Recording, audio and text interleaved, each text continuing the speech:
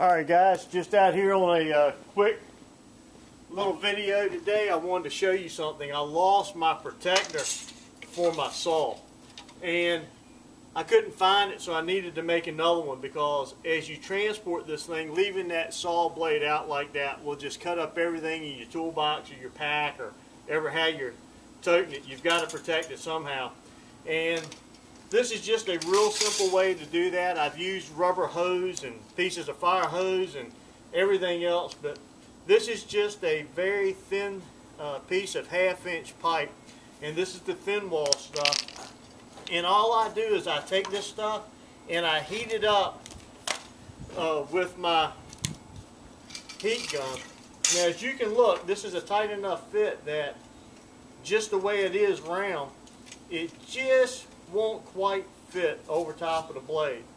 But when you flatten it out, it will. And I actually like it better flattened out. That way it doesn't sit there and roll. It stays in place better. But the way that I do that, and we're not going to spend a lot of time, I've already done a lot of this. I'm going to just take this and heat it up a little bit and then smash it between two pieces of wood.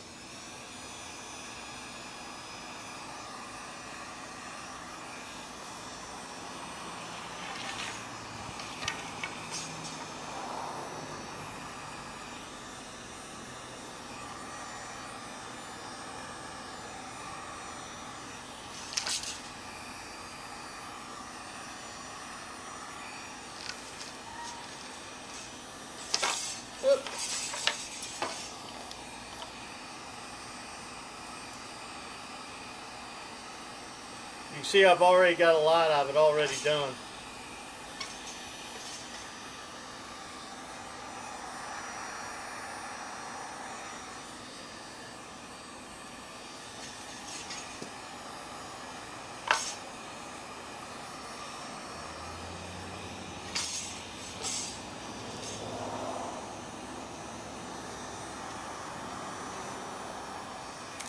Alright, once that's hot, you want to hold it in place for a minute.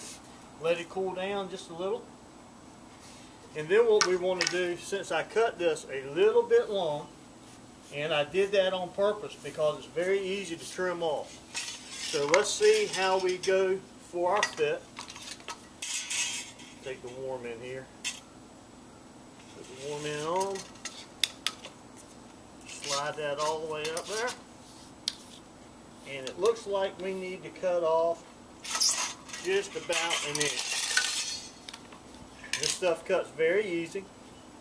You don't have to be exact here. I'm not building a cabinet, just trying to go for function.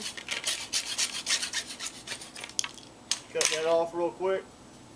This stuff is actually so soft you can trim it up with your knife. Not a great thing to do with your knife, but anyway, we'll slide that right back on.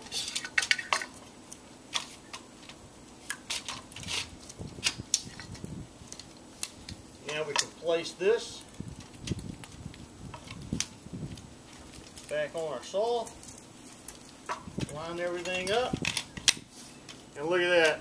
All of the teeth are protected. No way that's going to cut anything in your pack, and we have a good, safe way to transport your saw.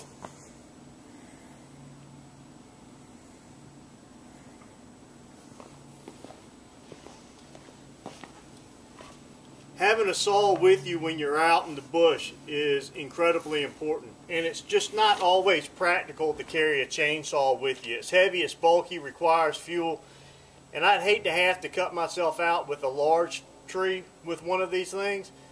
But you know, with a tow strap on a vehicle, a good quality bow saw, or at least a good blade in a bow saw, and an axe, you can do a lot of work to cut yourself out if you happen to get in.